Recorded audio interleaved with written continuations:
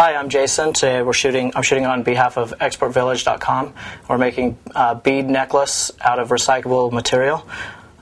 We've now got our two beads, and they're a little bit rough on the edges here. You can see the plastic on both sides is kind of hanging out. And we've also got on the charm, we also have some rough metal edges. So with the Dremel tool, we're just going to smooth.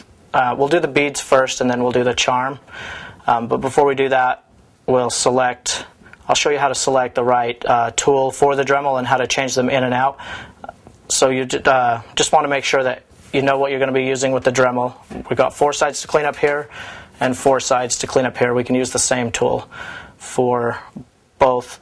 And then our bead also are both different sizes, so I'm just going to trim this one up really quick with the scissors. So now both beads are the same size. It'll look a lot better.